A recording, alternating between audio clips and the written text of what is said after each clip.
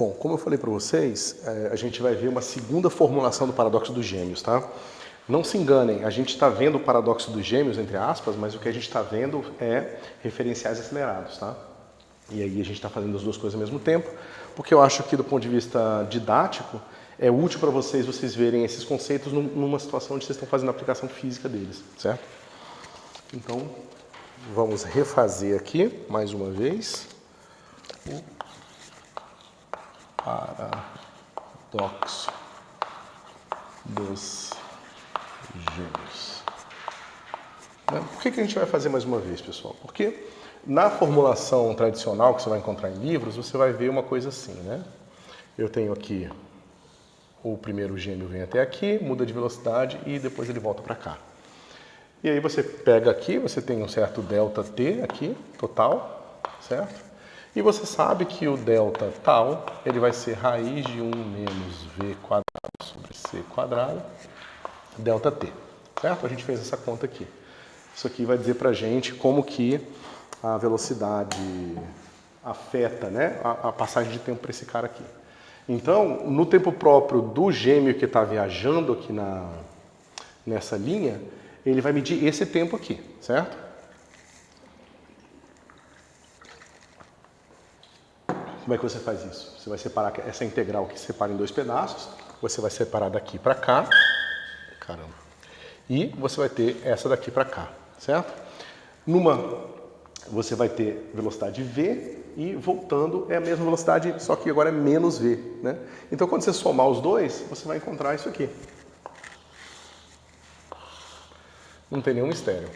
Aí você pensa, bom, não tem nenhum espaço aqui para aceleração, né? Não, parece que essa fórmula aqui vale independente do que esteja acontecendo aqui, porque bastou eu mudar de referencial aqui em cima para ver o que está acontecendo. Bom, o ponto do exercício que a gente vai fazer agora é o seguinte: vamos tentar levar essa ideia a cabo, vamos tentar realmente criar um sistema de coordenadas onde isso aqui que a gente está propondo, ou seja, esse referencial onde esse cara vai estar parado, de fato pode ser bem definido. E uma vez que a gente consiga fazer isso aqui, a gente consegue medir e ver se, né, no caso simétrico, que seria você vir para uma situação onde esse negócio aqui está acontecendo,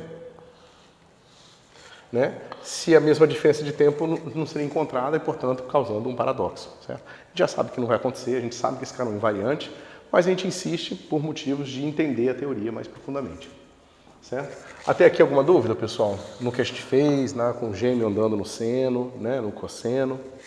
Tá tranquilo? Maravilha. Então, a gente vai propor uma velocidade um pouco diferente agora. Nossa velocidade, v de t, vai ser dada por v0. Vai botar um sinal de menos aqui. E aqui eu vou botar tangente hiperbólica de alfa. E aqui t menos t1, certo? Então, só para lembrar vocês, a gente estava usando o t0 aqui, t1 aqui e t2 aqui. No caso do seno e do cosseno, o seno como velocidade, nós estávamos usando mais o t2 e o t0. Mas agora, para fazer essa formulação, basta você usar o t1, certo? Que é o momento em que esse cara aqui muda de sinal. Eu já vou explicar o que está acontecendo aqui. A tangente hiperbólica é uma função bastante útil porque ela é a aproximação suave de uma função degrau, né? Então, como é que é a tangente hiperbólica? É a exponencial de x mais menos exponencial de menos x dividido por exponencial de x mais exponencial de menos x. Todo mundo vê isso aqui? Né? Não tem nenhum segredo aqui, pessoal. Isso aqui é seno hiperbólico, isso aqui é cosseno hiperbólico. Ambos são sobre 2, não tem unidade imaginária aqui.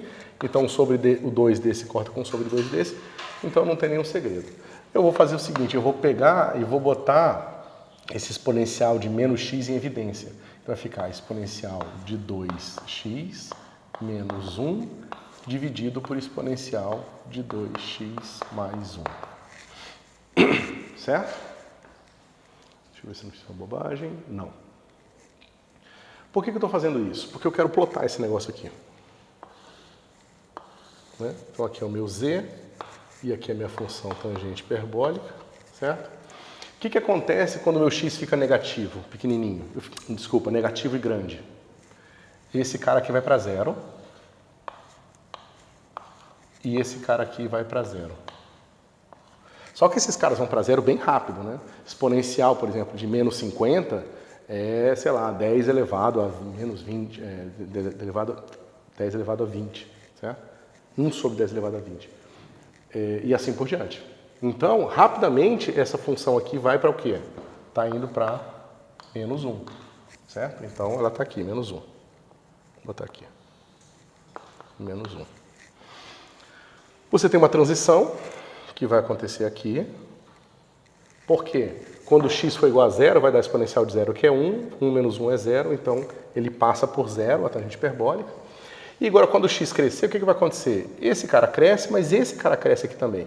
Agora, por exemplo, se eu tiver um número aqui 10 a 20 menos 1 dividido por 10 a 20 mais 1, é basicamente 1. Né? Eu estou dividindo um número ligeiramente menor que 1 por um número ligeiramente maior que 1.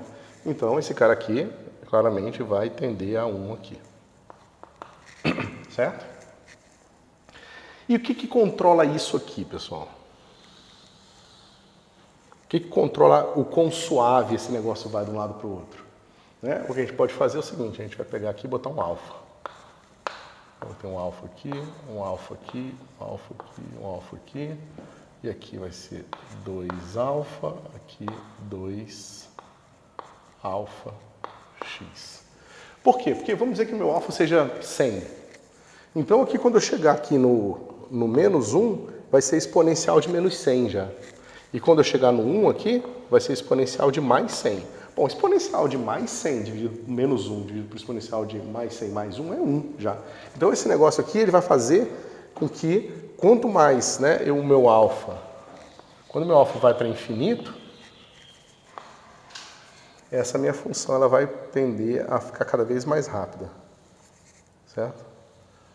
Até uma hora que, no gráfico, se você desenhar, você vai ser incapaz de distinguir uma função degrau do seno hiperbólico, certo?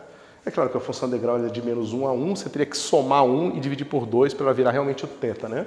Ou seja, só por completeza, a gente diz que a função de Heaviside, de z, pode ser escrita como tangente hiperbólica de z mais 1 dividido por 2.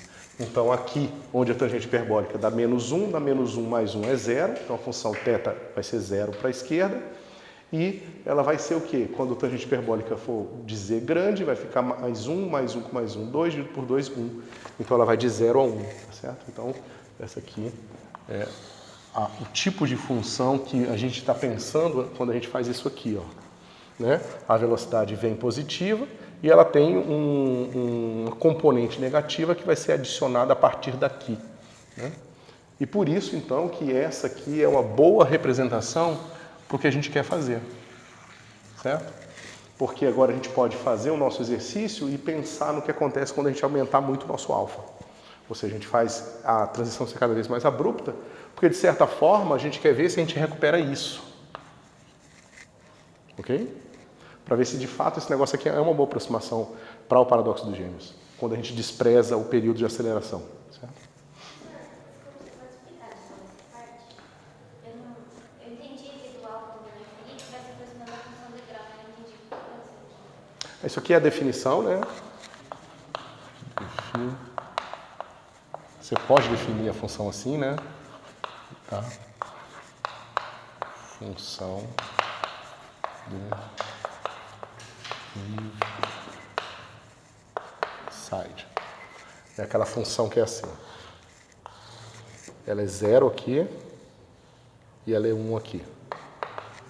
Aí para eu fazer a tangente hiperbólica ter esse comportamento, se eu quiser ser mais preciso, eu posso botar um alfa aqui e botar um limite de alfa indo para o infinito. Certo? Então, para eu fazer a tangente hiperbólica ter esse comportamento, eu quero que seja 0 para cá. Mas eu sei que ela é menos 1, então eu somo 1 nela. Aí na hora que ela ficar negativa, vai dar menos 1 mais 1, 0. Morreu 0 aqui. E na hora que ela ficar positiva, grande, vai ficar 1. 1 mais 1, 2 dividido por 2, 1. Aí ela veio para 1 aqui. Por isso que eu tenho esses dois fatores aqui. Então, oi? É o θ. Isso.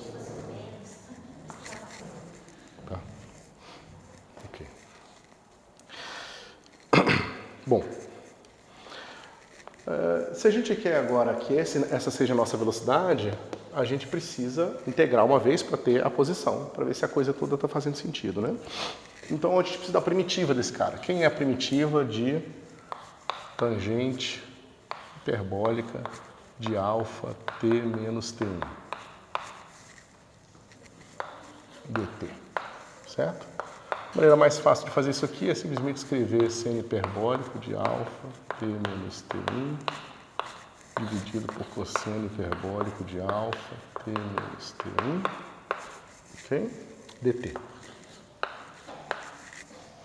A gente vai fazer uma troca de variável, a gente vai dizer que cosseno hiperbólico de alfa t menos t1 é igual a z. Não tem nada a ver com esse z aqui, tá? É só uma troca de variável aqui. Então, dz dt vai ficar como? Seno hiperbólico de alfa de t menos t1 vezes a derivada da interna, que é alfa, vezes alfa. Todo mundo concorda? Né? Essa troca de variável está aqui. Okay.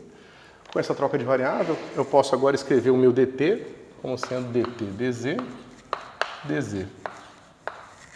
No ramo onde essa troca de variável é inversível, eu sei que dz dt é igual a 1 sobre dt dz, certo?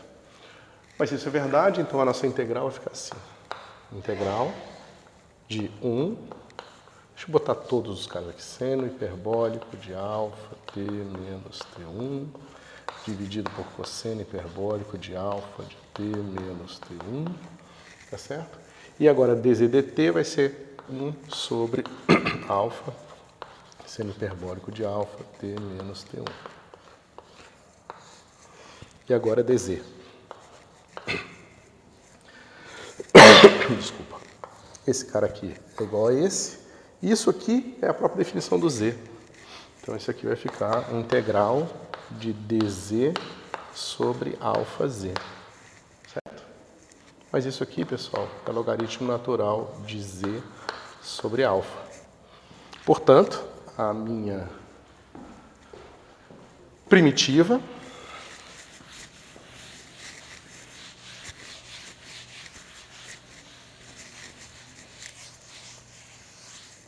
ou seja, quando eu integrar esse negócio aqui, eu vou obter o quê? Eu vou obter integral de tangente hiperbólica de alfa t menos t1 dt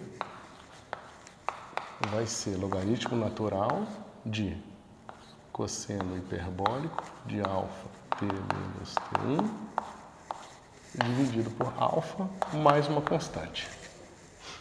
Certo? Bom, eu posso agora botar lá e ver o que acontece. Isso diz pra gente que x, coordenada 1, como função do tempo, coordenada vai ser o quê? x01, que é a coordenada inicial. Mas veja, quando eu botar t0 aqui, ó, tá ruim para ler, né? Quando eu botar t0, esse negócio aqui não vai ser zero, vai ser logaritmo de cosseno hiperbólico de t0 menos t1, que é um número, né, maior que 1, então vai dar um número aqui positivo. Mas eu quero alguma coisa que dê x01 quando eu botar t igual a t0. Então eu posso somar qualquer constante aqui. Inclusive eu posso somar logaritmo de, ou melhor, eu posso subtrair logaritmo de cosseno de alfa de t0 menos t1, certo? Porque quando eu fizer isso, vai ficar assim. Menos V0.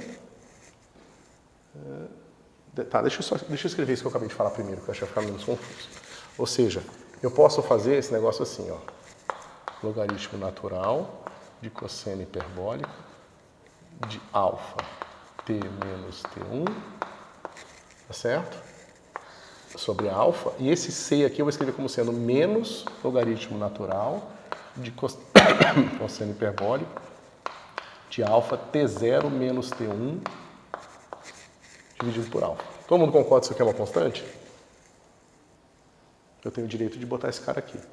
Mas, bom, a subtração do logaritmo é logaritmo da razão, né? Então, esse cara vai ficar 1 sobre alfa, logaritmo natural, de cosseno hiperbólico de alfa t menos t0, dividido por cosseno hiperbólico de alfa t0 menos t1. Todo mundo concorda com isso aqui? Então eu encontrei a primitiva que tem as propriedades que eu quero. Bom, a derivada dela vai dar isso aqui. E quando eu tomar t igual a t0, vai ficar cosseno hiperbólico de alfa t0 menos t1 dividido por cosseno hiperbólico de alfa t0 menos t1. A razão dos cossenos vai dar 1, log de 1 é 0. Então digamos, é o fragmento que eu preciso para construir a minha solução. Então, quando o meu v é esse, o que eu preciso? Basta eu integrar, né? V é x ponto, eu integro e vou obter o seguinte. Eu vou obter aqui x1 de t vai ser x01 inicial menos v0 sobre alfa, logaritmo natural de cosseno hiperbólico de alfa t menos t1, 2, dividido por cosseno hiperbólico de alfa t0 menos t1. Certo? Parece um negócio complicado, né? Porque eu queria um treco que me parecesse uma linha reta aqui, depois uma linha reta aqui, e agora eu estou trabalhando com logaritmo de cosseno hiperbólico. Mas vamos abrir esse negócio aqui para ver se realmente tem uma coisa esquisita aqui ou se simplesmente é uma questão de falta de intuição. Então vai ficar assim.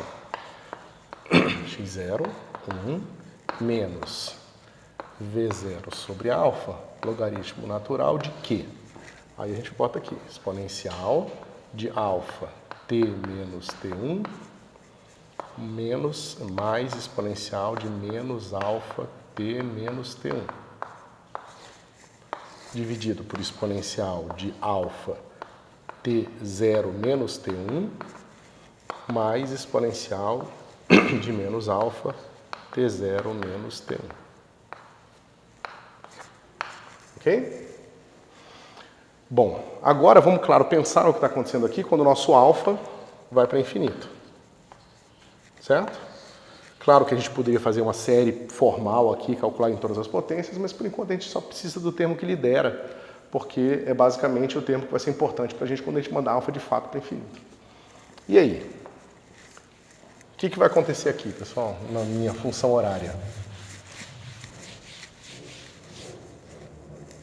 Meu x1 de t, ele vai ter 2 ramos. Vamos pegar, por simplicidade, t maior que t1. Certo? Se t é maior que t1, a gente sabe que a gente está na volta. Certo? Bom, quando t é maior que t1, significa que esse número aqui é positivo. Certo? Isso aqui é positivo. Esse cara aqui é negativo. Então, quando o meu alfa for para infinito, esse cara vai para 0. Deixa eu fazer isso não, porque eu acho que vou precisar desse cara depois. Deixa eu... alfa t menos t1. Certo? Quando esse cara aqui for negativo, ele vai para 0. Então, eu vou ter essa exponencial aqui. Só que, veja, t0 é o tempo anterior, então esse cara é negativo.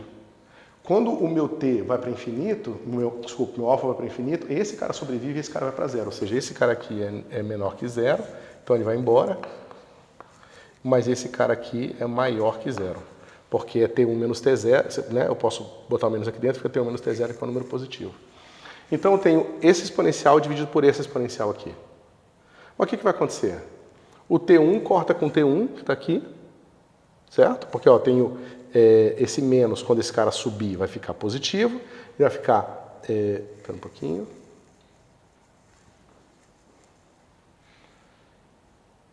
Esse cara é positivo, ele sobe. Que estranho.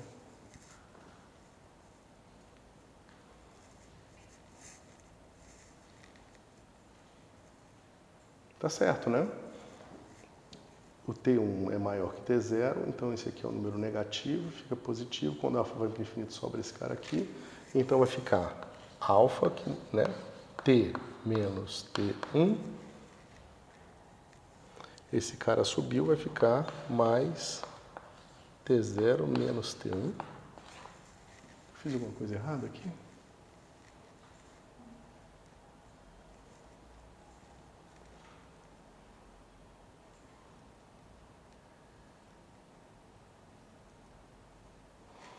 Tá vendo? Eu fui fazer de cabeça nas minhas notas e fiz besteira. Isso está fazendo algum sentido?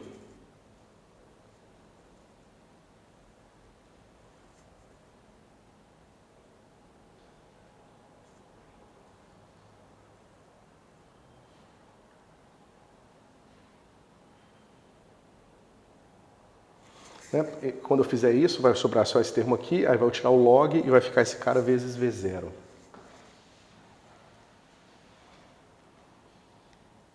Acho que está certinho, quer ver? Vamos ver. Vai ficar assim. x0, 1, menos V0. Aí esse alfa aqui, ele vai para infinito, mas esse cara aqui também vai para infinito. Então vai cortar esse alfa com esse alfa aqui. Quando eu tirar o log, tá? Porque vai sobrar só esse exponencial com esse expoente aqui. E aí vai ficar assim. T mais T0 menos 2T1. Certo? Vamos ver se isso aqui está certo. Se eu pegar, eu vou fazer assim, vou botar assim. T0 menos T1 melhor. Olha assim, menos, aí vai ficar assim, T1 menos T0. Todo mundo concorda? Ó, tem um T0 positivo, então eu botei o menos lá de fora, e esse aqui já tem um menos nele, e vai sobrar esse menos T1 aqui, certo? Menos T1. Por que eu estou escrevendo assim? Para isso aqui ficar assim. Quando esse termo multiplicar o V0, eu vou ter assim, x0, 1, mais V0, T1 menos T0.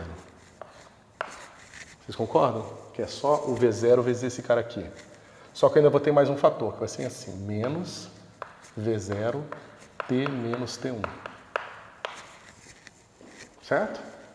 E isso aqui tudo vai valer para T maior que T1. Ok? Isso aqui está certinho, né? Significa que, ó, nesse ramo, ele vai ter andado até aqui, tá certo? Ou seja, ele pegou o deslocamento de T0 a T1, vezes a velocidade zero, quando a velocidade era positiva, ou seja, é o momento que ele fez isso aqui. Então ele se deslocou essa quantidade aqui, que é V0 vezes T1 menos T0, certo? E, como eu estou falando que ele é T maior que T1, significa que ele está voltando já aqui agora, tá vendo? Cadê? Ele está voltando. Quanto mais o meu T se aproxima do T2, mais esse cara aqui vai anular esse termo aqui, certo? Então ele está fazendo exatamente o que deveria. Bom, e se eu fizer agora o caso T menor que T1? Quando eu fizer T menor que T1, o que vai acontecer? Esse cara aqui é negativo, vai embora, e esse cara agora é positivo e não vai embora. Né? E a mesma coisa aqui acontece, ou seja, uma inversão. Não, na verdade esse aqui não muda nada. Esse aqui continua positivo. Esse cara continua negativo e vai para zero, tá? E esse aqui fica igual. Ok? Porque aqui não aparece T. Ok? Bom, então o que vai acontecer? Eu vou ter menos alfa, botar assim, alfa menos T mais T1, né? E sobra esse mesmo cara aqui, mais T0 menos T1. Vocês concordam? Agora o T1 corta com T1 e fica só o menos aqui. Então vai ficar assim. x0, 1 mais V0, T menos T0. Isso para quando T é menor do que T1. E é claro, no limite de alfa indo para infinito. Certo? Está claro para todo mundo? Então, de fato, eu tenho o que eu queria. Eu tenho uma coisa que vai representar digamos, a versão ingênua do problema. Quando eu mandar meu alfa para o infinito, a velocidade faz sentido, a posição como função do tempo faz sentido também. Ok? Lembra, aqui ficou esse menos aqui, eu devia ter botado lá de fora. Esse menos aqui anula com o menos que eu tenho aqui, tá? Cadê? Aqui, esse menos aqui. Por isso que ficou positivo aqui. Ok? Ok. Então parece que está tudo ok, né? Agora vamos pensar aqui o que está acontecendo em relação às folhas de tempo. Certo? Então eu tenho esse cara, ele partiu daqui, ele veio até aqui e depois ele voltou. Quando a gente faz relatividade restrita simplesmente com transformações de Lorentz, a gente sempre está pensando que eu posso fazer um referencial onde esse cara está parado e depois um referencial onde esse cara aqui está parado. Mas a gente pode de fato fazer isso? Faz sentido isso?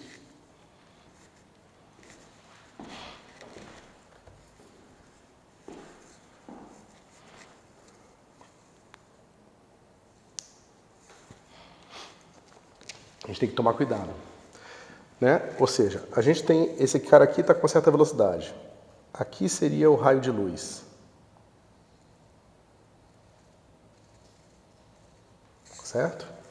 Então a gente sabe que a superfície de simultaneidade desse cara é essa aqui, ó. Ok?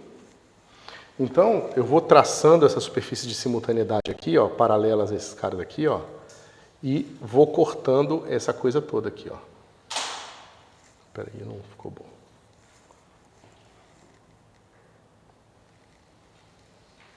Né? Essas aqui estão paralelas a essa aqui. Só que olha que interessante, se eu faço isso, esse cara aqui vai ter uma coisa similar aqui, ó. Lembra, para esse observador que está em movimento, tudo que está acima dessas linhas aqui para ele é o futuro, e tudo que está abaixo é o passado. Então, se comparado ao referencial de quem está parado, nesse referencial, né, se comparar a percepção de quem está parado nesse referencial x0, x1, esse é o futuro e esse é o passado. Mas para esse cara aqui, aqui que é o futuro, né? E aqui é o passado. Certo? Então você vê que o futuro e o passado de um se misturam. Aqui no meio é passado para ele, mas é futuro para o outro. Aqui é passado para todo mundo. Peraí. Tinha futuro demais. Então, esse cara aqui é o misturado, né? Essa cunha aqui é passado para esse cara, mas é futuro para o outro, né? E fica um treco ambíguo. A gente não é nem passado nem futuro. Maravilha. Só que se a gente fizer a mesma brincadeira aqui, pessoal, a gente vai ter a mesma coisa, né? A gente vai ter a inclinação de 1 aqui, eu não vou conseguir fazer, e a gente vai ter os outros referenciais aqui simultâneos. Mas olha o que está acontecendo aqui. Quando ele estiver voltando, ele já não vai mais concordar o que é passado e o que é futuro. Mesmo com ele mesmo. Certo? Porque se eu estendo o referencial dele, né, para todo o infinito aqui, ele vai falar, olha, isso aqui tudo está no passado. Até esse ponto aqui que... desculpa, esses pontos aqui são todos simultâneos a... Desculpa. Esses pontos são todos simultâneos a mim, tá certo? Mesmo esse ponto que está muito no passado para o referencial parado aqui, ele é um ponto que para mim é simultâneo para mim agora, tá certo? E ele já não vai mais concordar na hora que ele fizer a curva aqui, ó, porque agora, esse referencial agora, você vê que o que era futuro para ele o que era futuro para ele antes, agora é passado para ele, tá certo? Então, a gente tem que tomar cuidado, que é uma das coisas que faz a confusão desse problema aqui, é justamente essa falta de sincronia global, tá certo? O que a gente pode fazer para lidar com isso?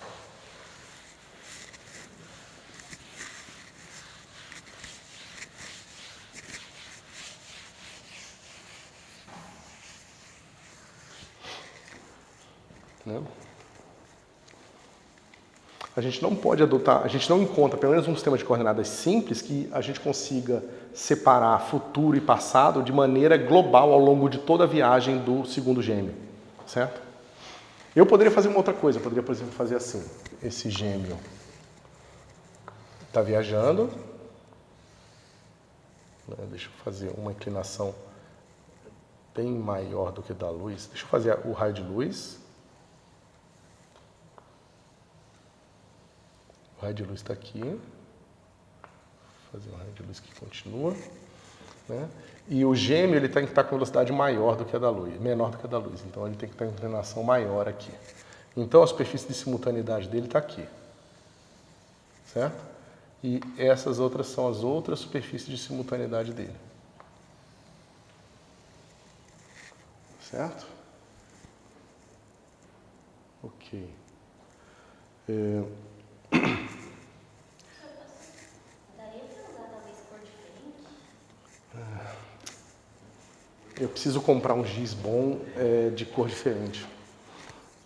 Tem meu pet, esse Mas é de menor qualidade do que esses aqui? tem uma caixa nova. É normal, não é aquele especial. Eu vou comprar um especial para trazer para cá. Eu preciso fazer isso. Deixa eu ver se esse aqui presta. Se não prestar, a gente vê se... Deixa eu pagar tudo.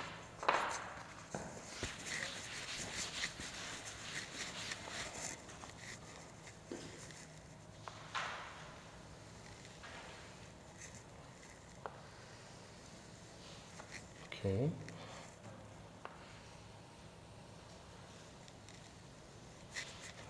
E aí eu tenho aqui a velocidade dele.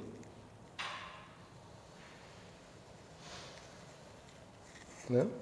E a superfície de simultaneidade dele.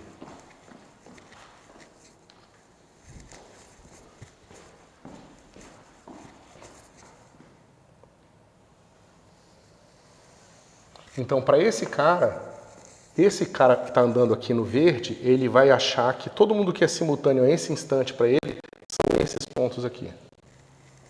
Todos esses pontos aqui, ele vai concordar que todos esses eventos aconteceram ao mesmo tempo, certo?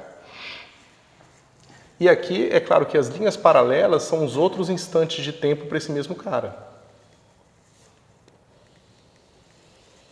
Ok?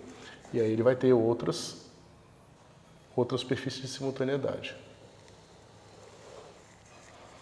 Acho que melhorou um pouco, né? Porque antes era um monte de coisa, tinha um negócio branco que você se perdia rapidamente. Então, justamente, se a gente pega agora esse cara e faz ele voltar aqui, com uma inclinação, deixa eu pegar de onde que ele volta, vou botar aqui. Esse cara aqui seria a velocidade da luz, né? E ele tem que estar com uma inclinação maior. Então, peraí. Isso. Aqui é a velocidade da luz, eu vou botar esse cara aqui branco.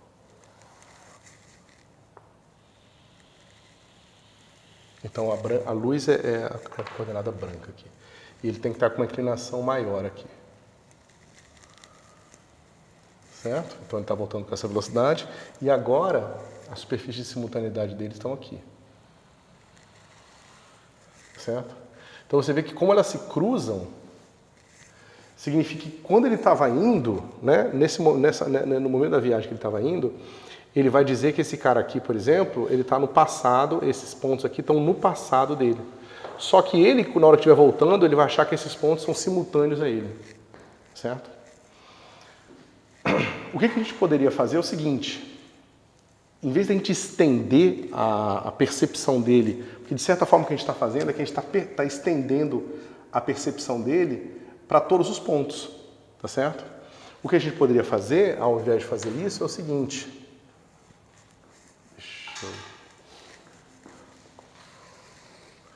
Eu poderia colocar esse observador que faz isso aqui,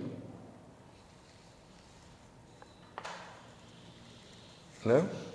E aí eu preciso traçar aqui aquelas linhas. Como é que eu posso desenhar isso aqui?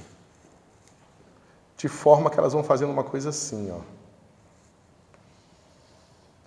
Né? Ou seja, eu posso traçar linhas de simultaneidade que na hora que ela cruzar a posição dele, ela vai cruzar com o ângulo correto, ou seja, com esse ângulo aqui, certo?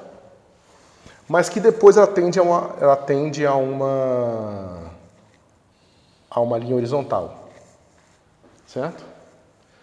Dá para a gente fazer isso aqui. Qual seria a vantagem da gente fazer isso aqui? Se a gente escreve a nossa métrica nesse sistema de coordenadas agora, a gente vai encontrar que quando estiver calculando a métrica sobre a linha do observador verde, então ela vai ser menos 1, 0, 0 e 1. Certo? Mas se a gente calcular a métrica aqui ou aqui, ela vai ser um negócio complicadíssimo, tá certo? Então, a lição que eu estou querendo dar para vocês é o seguinte: existe um compromisso entre você ter esses referenciais sincronizados, tá certo? E você poder se mover de uma forma simples. Porque veja, se ele não estivesse fazendo a volta aqui, eu posso muito bem fazer uma transformação de Lorentz, faz sentido, porque eu faço a transformação de Lorentz global. Mas no momento em que esse cara começa a acelerar, começa a fazer qualquer coisa, a superfície de simultaneidade dele começa a fazer isso aqui. Se eu pego esse cara que está andando para cá, né, ele está caminhando de uma forma complicada. A superfície de simultaneidade dele, claro que isso aqui está totalmente errado, tem que ser mais inclinado para cima, né? Se ele faz isso aqui, a superfície de simultaneidade dele a gente já viu, ela vai fazendo isso aqui, ó. Ela vai acompanhando aqui ele, só que se você estende ela para o passado e para o futuro, né, para outros pontos X, ela começa a se cruzar aqui, entendeu? Então ela não permite você fazer essa foliação de uma maneira global, acompanhando o movimento de uma única partícula, certo? Ou de um único observador. A gente pode fazer uma coisa que funciona para um observador, tá certo? Isso aqui, de certa forma, é mais ou menos a ideia do elevador de Einstein, né? Que ele fala que localmente você pode tratar o espaço-tempo como Minkowski, ou seja, o observador lá que botar coordenadas em cima dele, pelo menos para ele consegue medir coisas que aproximadamente são Minkowski em cima dele, certo? Mas que se ele tentar estender isso para distâncias finitas, ele já não vai mais conseguir uma coisa simples assim. Do ponto de vista matemático, a gente vai ver que existe sempre um sistema de coordenadas que trivializa a métrica num ponto do espaço, ou numa linha do seu espaço. Ok? Então, bom, a gente não pode fazer isso. O que a gente fez no caso dos gêmeos que seguem o seno?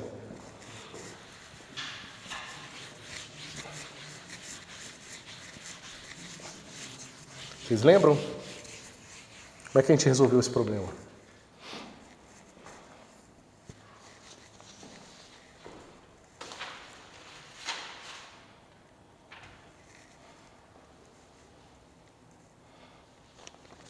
A gente fez isso aqui, né?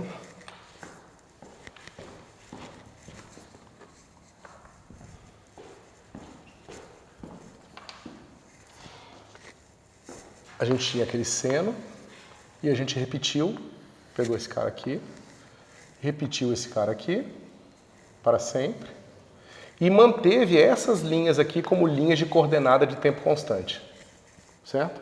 A gente viu que a consequência disso é que a gente aparecia um termo extra aqui e o mesmo termo extra aqui, certo? Mas é melhor você trabalhar com uma foliação global temporal, onde você, pelo menos, por mais arbitrário que seja, você escolhe um sentido de sincronia para o seu espaço-tempo, do que você trabalhar só localmente. É mais difícil de você entender o que está acontecendo quando você tem uma noção local de simultaneidade, né? Isso de simultaneidade, que seria você conhecer somente esses pequenos vetores ao longo dessa trajetória dele aqui. Bom, então vamos fazer o seguinte, vamos calcular o tempo próprio dele e vamos fazer a mesma coisa que a gente fez, ou seja, a gente tem aqui a diferença de coordenada ΔT e a gente associado a esse cara vai ter um certo delta tal, que é o delta tal para essas curvas aqui, tangentes hiperbólicas, ok? Só que ao invés da gente ter esse cara fazendo aqui os senos, a gente vai ter isso aqui, ó. O nosso sistema de referência vai ser dado por esses caras assim, ó. Todo mundo aqui acontecendo do mesmo jeito e sempre em T1 aqui, indo e voltando. Então a gente vai fazer essas tangentes hiperbólicas estendidas aqui para toda a região. Bom, a gente tem que calcular o quê? Delta tal, 2, que é o tempo passado pelo o gêmeo viajante. Esse cara aqui vai ser T0 a T2. E aqui raiz de 1 menos V de T quadrado sobre C quadrado. Ok? Novamente, essa conta aqui é mais complicada, a gente vai fazer o seguinte, a gente vai supor que V sobre C é pequeno e expandir esse cara aqui, né? Veja, se eu dividir esse cara aqui por C, vai dar V sobre C aqui. Essa tangente a gente já sabe que ela fica entre menos 1 e 1, então nunca é um número grande. Se V sobre C é um número pequeno, eu posso expandir em Taylor, Maclaurin, como vocês preferirem, essa expressão aqui como a gente fez na aula passada. Então esse cara vai ficar integral de T0 a T2 de 1 menos V0 C quadrado, 2, que é o termo da expansão, é a derivada da raiz, né? E aqui eu vou ter tangente hiperbólica quadrado de alfa T menos T1. Tá certo? dt. Todo mundo concorda que esse é o tempo próprio que esse cara vai medir, né? Esse cara que está agora nessas trajetórias mais se aproximam a duas retas, vai medir esse tempo próprio aqui, pelo menos em primeira ordem V sobre C, em segunda ordem V sobre C.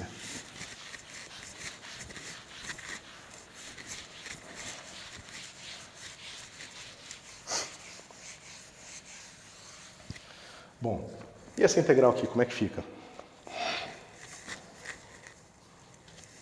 Para a gente fazer ela, eu lembro vocês o seguinte, quem é ddz de tangente hiperbólica de Z? Alguém lembra? Né? Se ninguém lembrar, ddz de seno hiperbólico de Z dividido por cosseno hiperbólico de Z.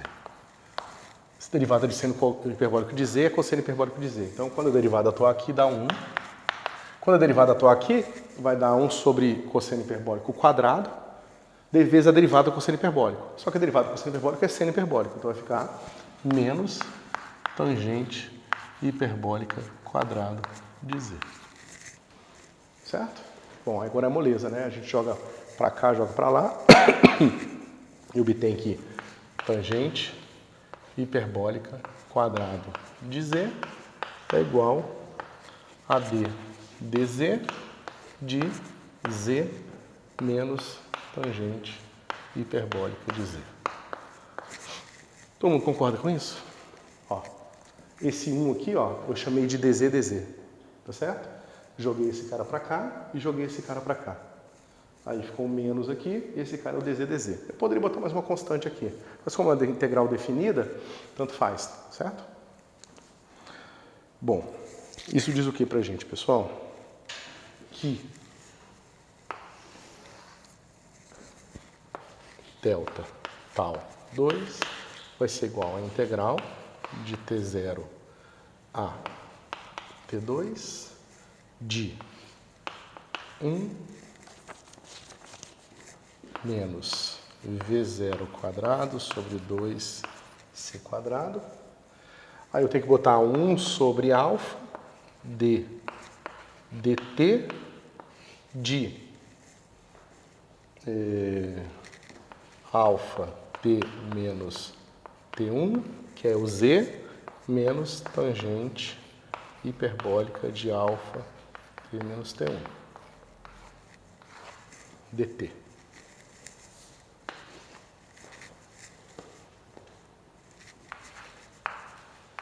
Todo mundo acompanhou? A única coisa que eu fiz foi que eu peguei essa tangente hiperbólica e reescrevi como o DDT. Mas como aqui, quando tiver o DDT, vai sair o alfa, eu tenho que botar 1 sobre alfa aqui. Né? Por causa desse, né? Se eu botar um alfa aqui, sai 1 sobre alfa aqui.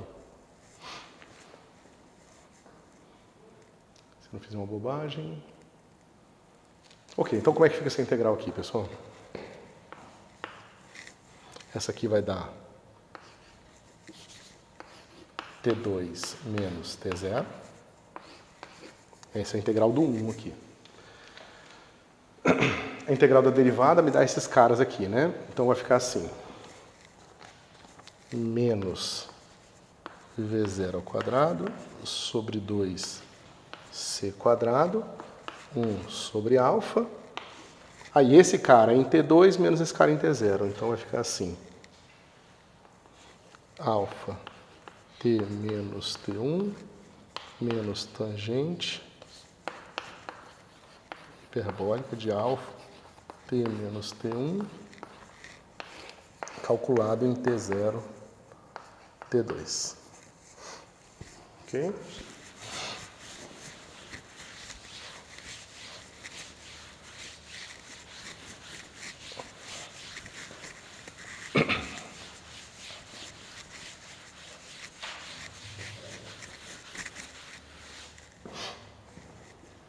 Bom, esse cara aqui, ó, calculado em T2 menos T0, o T1 vai embora, certo? Porque vai ficar T1 menos T1 mais T1.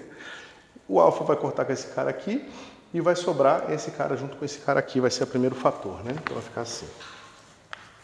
Delta tal, 2 vai ser igual a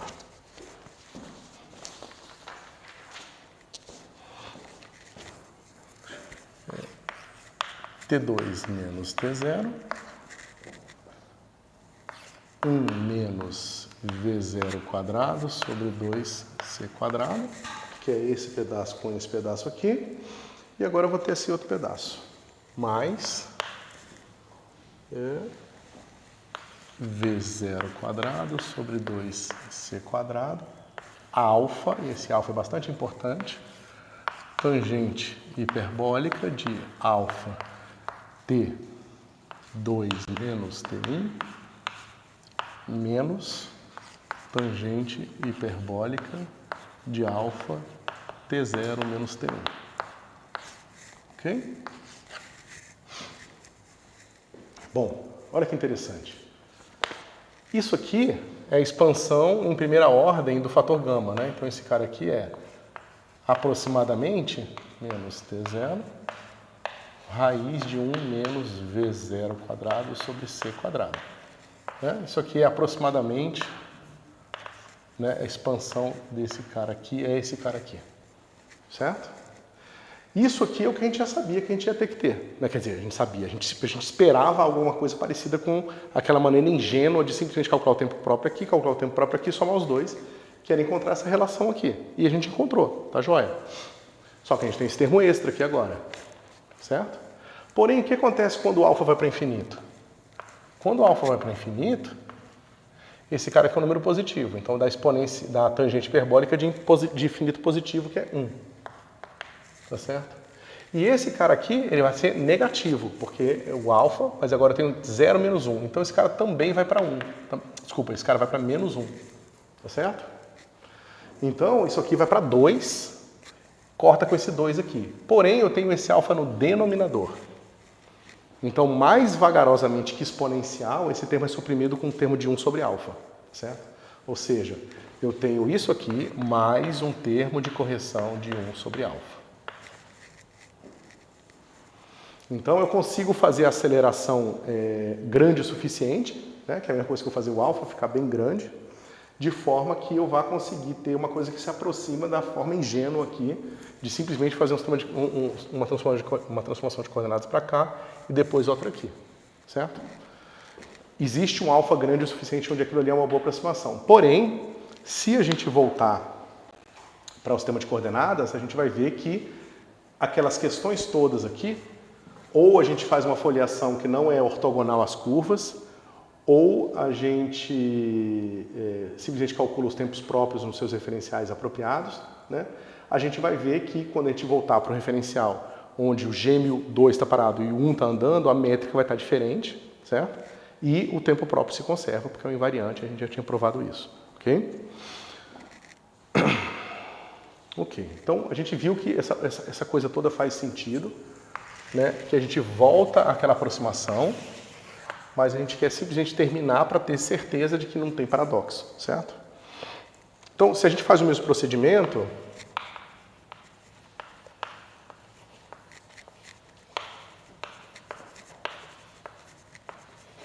dá.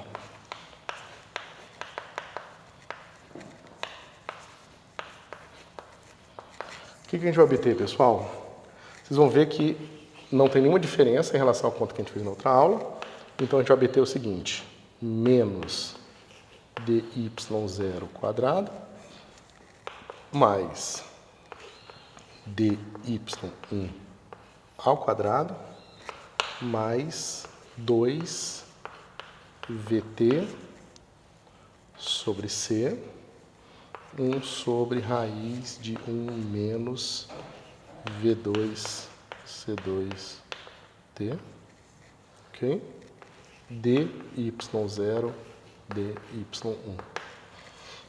Tá certo? Não tem nenhuma diferença, tá?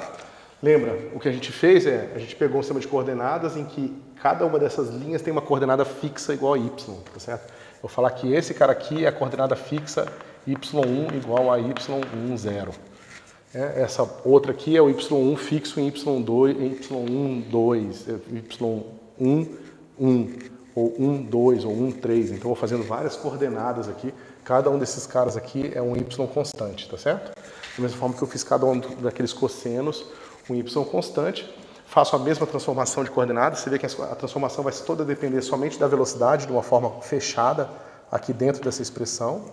Então, mesmo que as velocidades sejam diferentes, não importa muito pra gente pode fazer esse cara aqui, ok?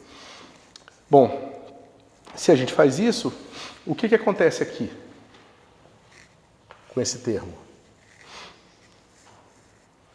Né? Quando a gente manda alfa para infinito, como é que fica esse termo aqui? Vai ficar VT vai ser igual a mais V0 para T menor do que T1 e vai ser menos V0 para T maior que T1. Certo? Então você vê que a nossa métrica ela vai ser assim, vai ter o y0, o y1 e aqui a gente vai ter uma velocidade constante, um fator gama constante, y0 e y1, certo? Então a última pergunta que a gente tem que responder é o seguinte: isso aqui é a mesma coisa de eu fazer uma transformação de Lorentz em que eu não mudo o tempo? Tá certo? Vocês entendem a minha pergunta? Quando a gente faz uma transformação de Lorentz, a gente faz o quê? A gente está fazendo duas coisas. A gente está pegando a velocidade do cara e está dizendo que esse cara aqui, está, né, onde ele está parado, ele tem coordenadas fixas. Ele está dizendo esse cara aqui, esse cara tem uma coordenada fixa, certo? Mas a gente também está dizendo que o tempo para esse cara aqui passa assim, né? Ou seja, esses caras aqui são as superfícies de simultaneidade para ele, ok? A transformação de Lorentz faz as duas coisas. Ela vai dizer que esses pontos todos têm a mesma coordenada espacial e que esses pontos todos têm a mesma coordenada temporal, certo? O que a gente precisa fazer é o seguinte: se nós fizéssemos uma transformação de Lorentz esquisita, em que esses novos pontos aqui são as coordenadas espaciais, mas esses aqui continuam sendo os temporais, ou seja, a gente não vai mudar a sincronia do tempo, a gente vai continuar considerando esses caras como as nossas superfícies de simultaneidade. Será que a gente vai chegar exatamente nessa métrica aqui, só que com V0 constante aqui? Certo? Então a gente vai fazer essa última conta só para se convencer finalmente de que esse problema, essa parametrização descreve o problema da forma ingênua que ele é apresentado. Certo? Maravilha. Vamos fazer a transformação de Lorentz. Como é que fica? A transformação de Lorentz, a transformação agora.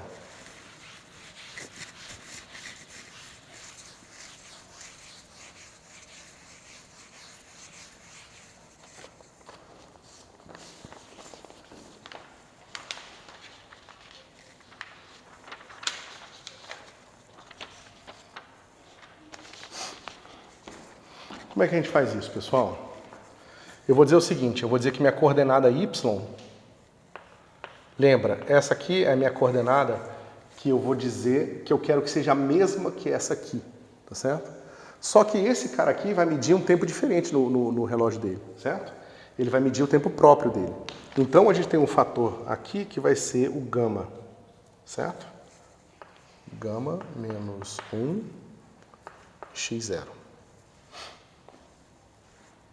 Tá? Então a diferença da nossa transformação de Lorentz é que a gente não está colocando aqui uma diferença, a gente está considerando que x0 constante é igual a y0 constante. Então, as minhas superfícies de simultaneidade nos dois sistemas de referenciais são as mesmas. Nos dois sistemas de referência são iguais. São a mesma folha, tá certo? Eu só mudei o observador e mudei a coordenada espacial dele aqui. Ok? E como é que fica a transformação do y1? O que vocês acham? Para que esses caras aqui tenham y1 constante, eu preciso fazer o seguinte. Eu preciso fazer x1 menos v0 sobre c x0. Vocês concordam com isso? Para eu fazer com que as coordenadas espaciais no novo sistema de coordenadas para os observadores que estão com velocidade v0 tenham a mesma coordenada no novo sistema, essa tem que ser a transformação correta. Vocês concordam? Né? Porque isso aqui, basicamente, é a mesma coisa dizer que φ y1 de x0 e x1 é igual a isso aqui, né? x1 menos v0 sobre c x0. E se eu calcular essa transformação, né, sobre esse cara aqui, ó, esse cara aqui, posso botar x0 aqui para ficar mais fácil. Isso aqui já é uma curva, né? Esse cara vai ser nosso x00 mais v0 sobre c x1 x0 só. Tá? Vocês concordam? Esse cara é o cara com velocidade v0 aqui. Certo? Esse cara com velocidade v0. Se eu boto ele na minha transformação, eu vou ter o seguinte. Eu vou ter que φ1 de x0 e x00 mais v0 sobre x0 vai ser igual ao quê? x00 tá ali mais v0 sobre c x0. Isso aqui é o nosso x1, é o que está aparecendo aqui, certo? E aqui menos v0 sobre c x0, que é igual a x00, certo? Então, de fato, essa transformação aqui é a transformação correta para fazer com que os pontos sobre as curvas dos observadores com velocidade v0 tenham coordenadas constantes no nosso novo sistema de coordenadas, certo? É a mesma coisa que a gente fez antes, tá? Só que eu estou fazendo de novo num caso em que eu estou fazendo a transformação quase de Lorentz, ok? Bom, então a gente já sabe como é que é y0, né, de x0, e a gente pode inverter aqui. Então a gente vai fazer assim, ó. Φ x0 de y vai ser simplesmente gama y0. Vocês concordam? E a minha transformação é fácil de inverter, essa aqui, né? É fácil encontrar a inversa dessa transformação aqui. Porque eu já sei encontrar o x0 e o x1. Então vai ficar assim. Φ x1 de y vai ser igual a y1 mais v0 sobre c gama y0. Tá certo? Você pode fazer do jeito que você quiser, que você pode pegar esse x aqui, isolar aqui, substituir aqui, vai ficar gama y0 aqui, joga esse cara para cá e você tem um φ de x como função dos y, certo? São essas duas expressões aqui. Novamente, por que a gente precisa disso? Para calcular a métrica.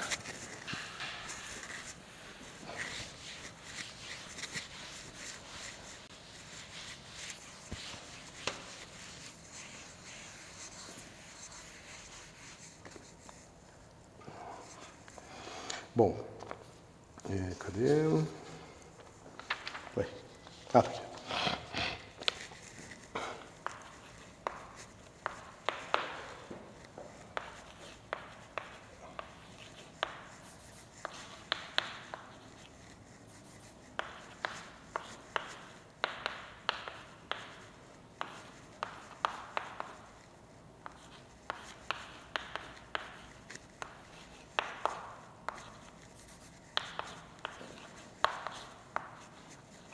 Pessoal, se vocês ficarem confusos com esse tipo de conta que vocês falam, tá? Mas isso aqui é o que a gente viu nas últimas aulas, tá? É a transformação de coordenadas. Eu estou só distinguindo o que normalmente se escreve assim. Eu estou escrevendo assim. É só para ficar claro para vocês que é uma função transformação de coordenadas e eu não estou usando o mesmo símbolo duas vezes, ora para denotar o rótulo do ponto e ora para denotar a transformação, certo? É só uma distinção que eu acho que se vocês se acostumarem com elas, com essa distinção, vai ficar mais claro você fazer essas contas aqui. Bom, então como é que vai ficar isso aqui? Veja, quando eu pegar o 0, 0 aqui, vai ser só o 0, 0 aqui. O 0 só depende do y0, tá certo? Então, vai ter um termo de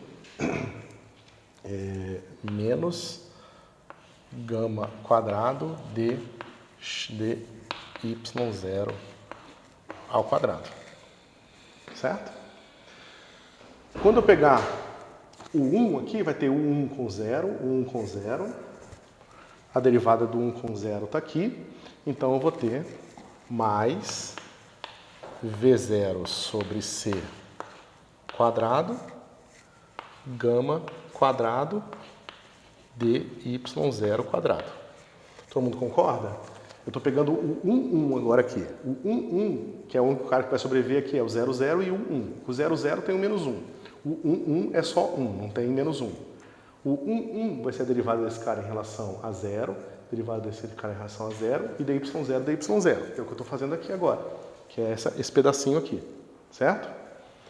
E é claro que eu vou ter mais dois termos ainda aqui, mas vamos lá. O próximo termo, eu vou ter a derivada 1, 1, 1, 1. E aqui y1, y1. Então vai ficar mais. Só que a derivada desse φx1 aqui em relação a y1 dá 1. Então esse cara vai ser simplesmente dy1 ao quadrado. Certo? E finalmente eu vou ter 1, 0, 1, 1 e 1, 1, 1, 0. Certo? Ou seja, dois caras iguais de V0 sobre C, gama de y0 de y1. Mas veja, pessoal, isso aqui é o meu fator de gama ao quadrado, só que quando eu botar esse gama aqui e o dy0 em evidência, eu vou ter menos gama aqui, menos... Deixa eu escrever.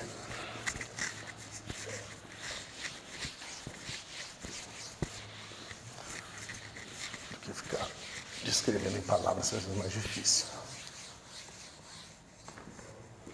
Então,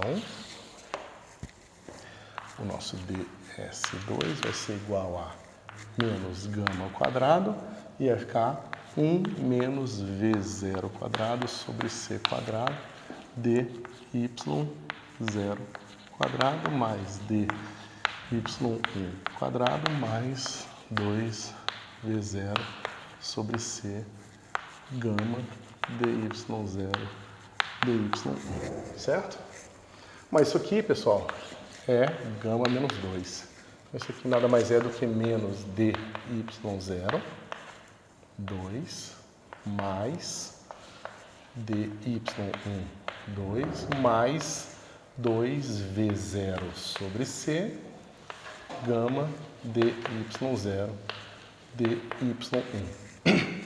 Pessoal, foi exatamente a mesma coisa que a gente obteve antes. Antes, quando a gente fez em cima da trajetória do cara, a gente obteve, a única diferença é que aqui era 2 vezes v de t sobre c, e aqui é 1 sobre raiz de 1 menos v de t quadrado sobre c quadrado, dy0 e dy1.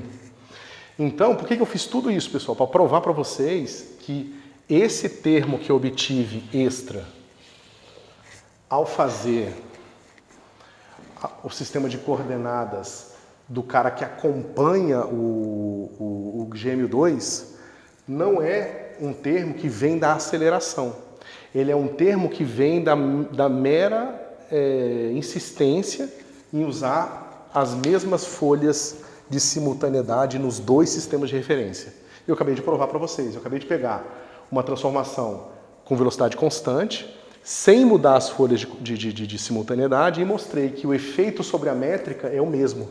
É a aparição desse termo aqui, que é justamente o único termo a mais que nós tínhamos encontrado quando a gente fez naquele outro caso.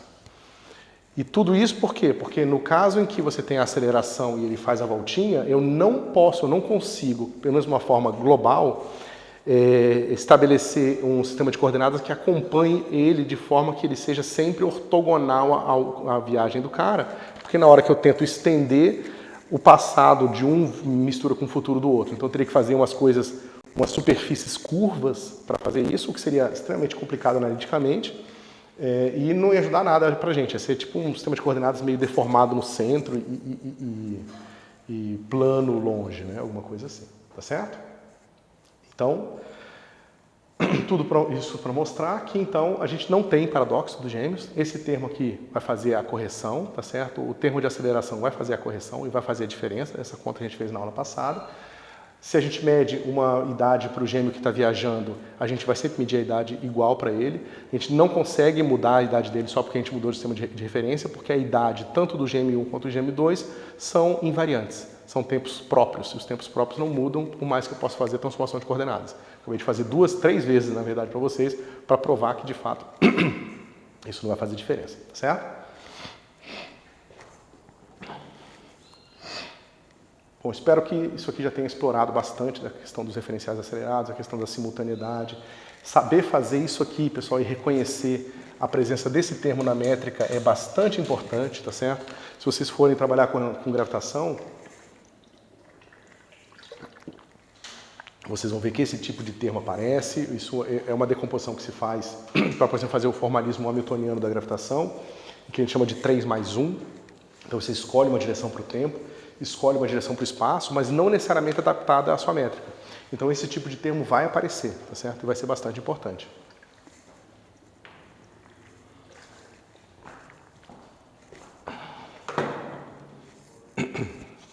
Bom, a gente tem mais 10 minutos, né? Eu acho que dá tempo da gente começar a ver aqui o efeito Doppler. Bom, pessoal, então a gente vai ver a última coisa cinemática agora, é o efeito Doppler, e depois a gente vai entrar já em dinâmica, tá certo? Como eu falei para vocês, isso já passa para temas depois da prova, mas a gente já começa a ver agora antes de fazer a prova.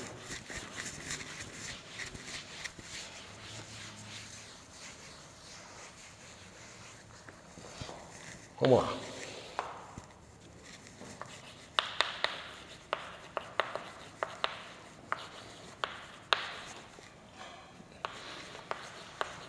Efeito Doppler. E a gente vai fazer alguns casos aqui. A gente vai começar no caso mais fácil, depois a gente vai mover para os casos mais complicados, tá? Que são equivalentes. Emissor em movimento. Bom, uma coisa interessante sobre o efeito Doppler é que ele já existe em outras circunstâncias que não tem nada a ver com relatividade restrita. Mas ele vai ser um tanto diferente, tá certo? E vamos pensar um pouco aqui no que está acontecendo. Digamos que tem uma pessoa que está em movimento, certo? Então, essa pessoa está aqui andando com uma certa velocidade, certo? E nesse momento ela fala alguma coisa, certo? Quando ela fala alguma coisa, ela vai criar basicamente uma onda de pressão aqui. Ou seja, ela vai pressionar o ar vai expandir. Na hora que ele expande, ele pressiona a parte da frente, que contrai, expande, contrai, expande, contrai, expande, contrai, expande. Mas o importante aqui é perceber o seguinte: na hora que ele fala, a velocidade que ele tem é mais ou menos irrelevante. Por que a velocidade que ele está falando é irrelevante? Porque o que importa é quanto ele comprimiu o ar ali. E quanto que ele comprimiu o ar é basicamente como que vai se dar a velocidade do som ali. A velocidade do som não tem a ver com a inércia do ar ou do que ele emitiu. A velocidade do som tem a ver com a propriedade do espaço, no caso do ar, né? No espaço era uma palavra. Tem a ver com a propriedade do ar. Se o ar estiver mais quente, mais frio, a velocidade do som vai ser diferente. Não tem a ver com a inércia do que ele lançou. Como não tem a ver com a inércia do que ele lançou, não importa se ele está em movimento ou não. Tá certo? Então significa que se ele falou aqui alguma coisa e ele está com uma certa velocidade, essas ondas de pressão vão seguir com uma velocidade aqui, que é a velocidade do som, né? Velocidade, um CS aqui. Velocidade do som no meio, tá certo? Se ele emitir aqui, também vai ter a mesma coisa que a velocidade do som, tá certo? Só que se tiver um cara parado aqui, ó, e ele falou aqui também, vai sair com a mesma velocidade do som, certo? Então, de certa forma, se assemelha um pouco à questão da velocidade da luz, por razões totalmente diferentes. A velocidade da luz é uma imposição teórica. A gente está dizendo que a velocidade da luz é constante porque ela é constante, porque é o axioma que fundamenta a construção da relatividade restrita. A gente não tem como explicar um axioma, né? Na verdade, a gente poderia criar uma teoria por trás que conseguiria explicar isso como uma conclusão.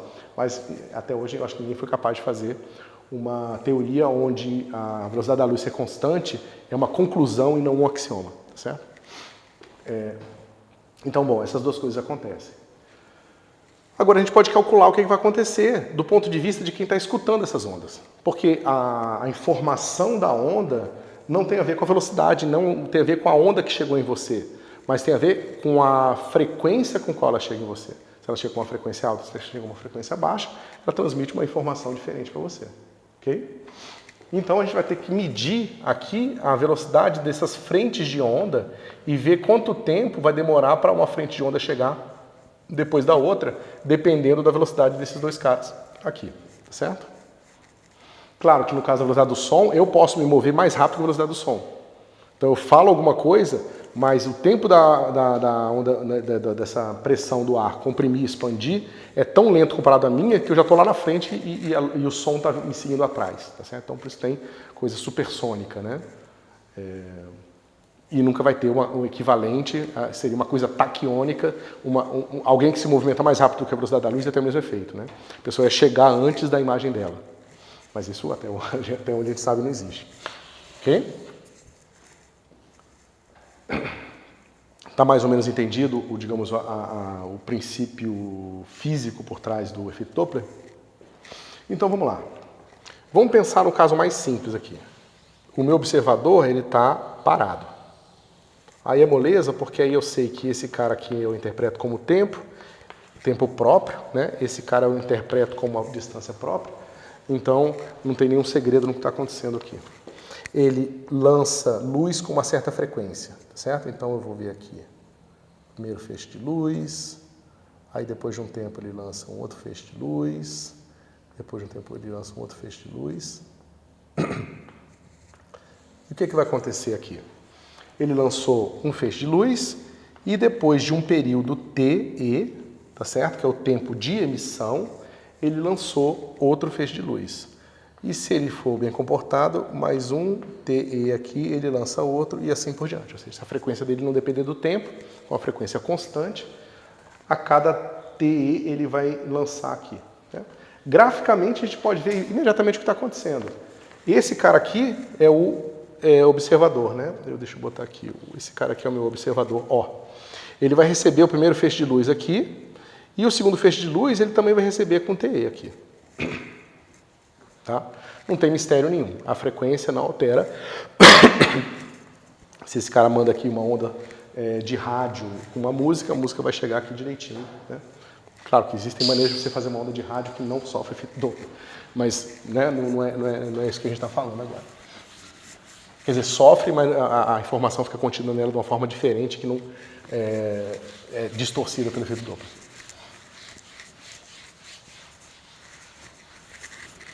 Maravilha. Bom, e agora o que acontece na seguinte situação?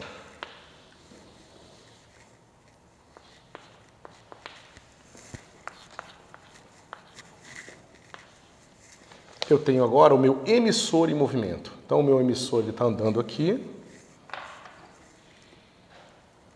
Eu nunca te pergunto eu não sei porque eu nunca pensei em comprar giz colorido, mas eu acho que eu vou comprar. Ó, o meu emissor está em movimento. Aqui é a velocidade da luz. Certo? E, basicamente, o que vai acontecer é que ele vai lançar aqui, né? Ele vai lançar o feixe de luz aqui, e depois de um outro tempo, que eu vou botar aqui TE, ele vai lançar de novo, certo? Então, eu tenho o segundo feixe de luz que, deixa eu pegar e dizer que foi até aqui, certo? Aí aqui ele lança um segundo cara que vai aqui e vai chegar aqui, certo? Bom, então ele vai emitir um aqui e ele vai emitir de novo quando ele estiver aqui. 2TE, certo? Deixa eu ver. Foi assim que eu fiz aqui? Foi. Né? Então, ele emitiu um aqui, depois ele emitiu outro aqui, depois ele emitiu outro aqui, assim por diante. O primeiro que ele emitiu chegou aqui e o segundo que emitiu, ele chegou aqui. Mas veja, na hora que ele emite o segundo feixe de luz, ele já andou um pouco na direção do observador. Meu observador está parado. Tá certo? Ele está aqui andando na minha linha vertical. Mas o meu emissor está com movimento aqui. Certo? Como é que fica isso aqui? Primeira coisa, esse tempo de emissão aqui é o tempo medido nesse referencial. Isso não é o tempo que esse observador mede no relógio dele, certo? O tempo que ele mede no relógio dele vai ser um tal que vai ser γ menos 1t, certo? Eu vou tentar fazer o tal maiúsculo, mas eu não sei se eu consigo fazer isso não. Vou fazer só um tal grande, pronto, certo? Só para dizer que esse cara aqui é o período próprio, tá certo? O período medido pelo cara que está mandando os feixes de luz. Então a gente vai ter que lembrar que tem um fator de Lorentz aqui, porque a gente sabe que nesse intervalo aqui, o meu observador mede tal maiúsculo no relógio dele, enquanto esse mesma passagem de tempo no referencial x0, x1, ele mede t maiúsculo, tá certo? Ok. Agora vamos ver como é que vai ser a diferença na frequência percebida pelo observador, né? Então, digamos que essa distância aqui, original, é d. Tá certo? Essa distância aqui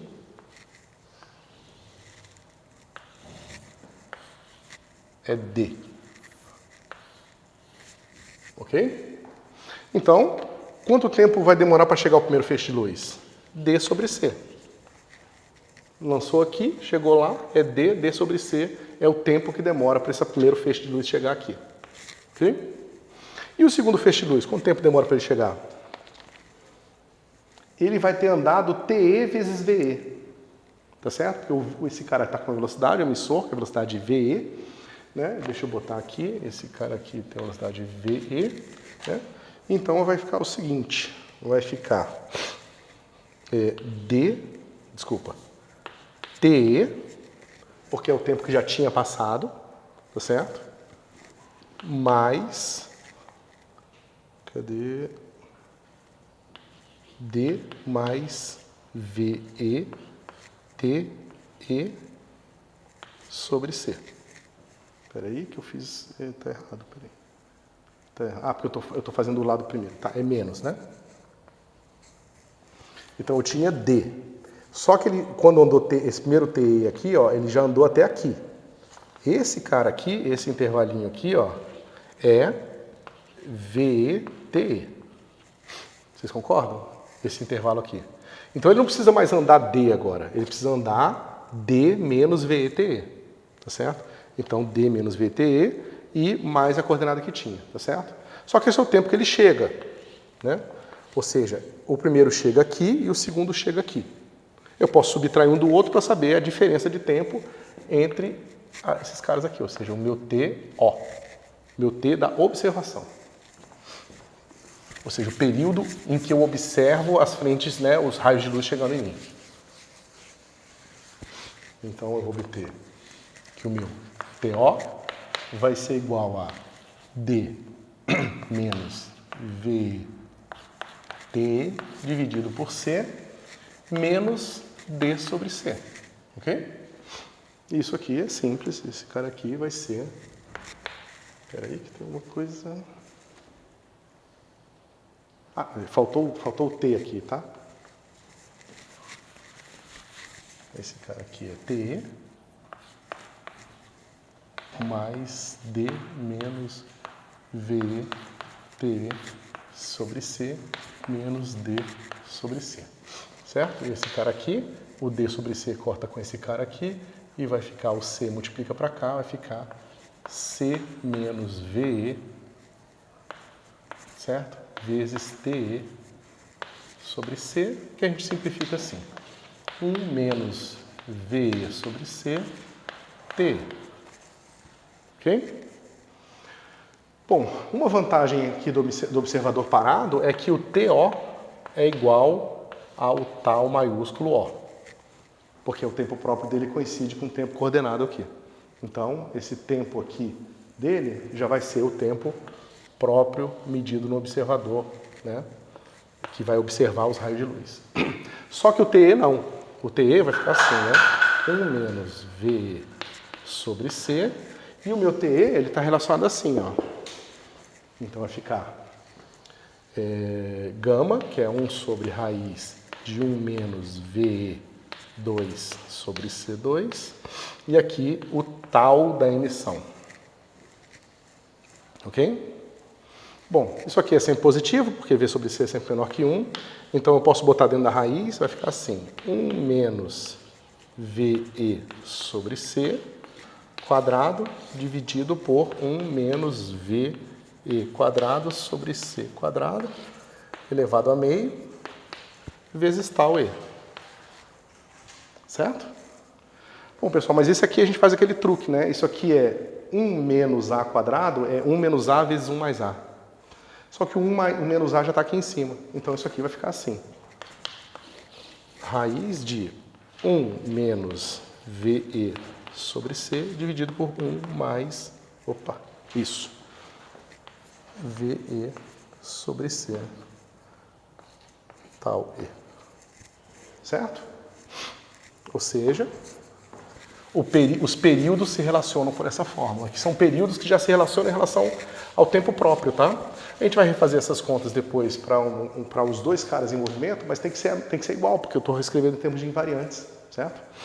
Então, basicamente, o que a gente obtém é que o período observado percebido pelo observador vai ser igual a esse fator aqui novo de 1 menos VE sobre C, 1 mais VE sobre C, e o período da emissão, que é a mesma coisa que esse cara aqui.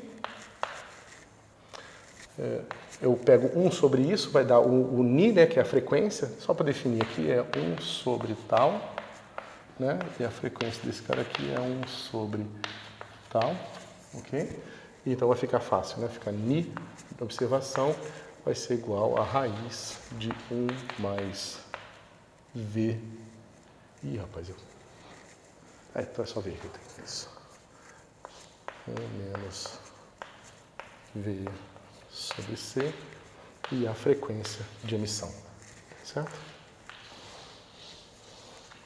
A gente, deixa eu ver se tá, não, acabou a aula já. A gente vai ver que vai ser um pouco diferente para quem está do lado de cá, tá certo? Na verdade o sinal vai todo trocar aqui, ok? E depois a gente refaz num referencial qualquer. Novamente, a lição, não fiz nenhuma transformação de Lorentz aqui, tá certo? Eu simplesmente medi tudo no mesmo referencial e projetei depois em termos das medidas próprias de comprimento e tempo, tá certo? Eu acho mais fácil fazer as coisas assim. Mas é isso, pessoal, por hoje. Valeu.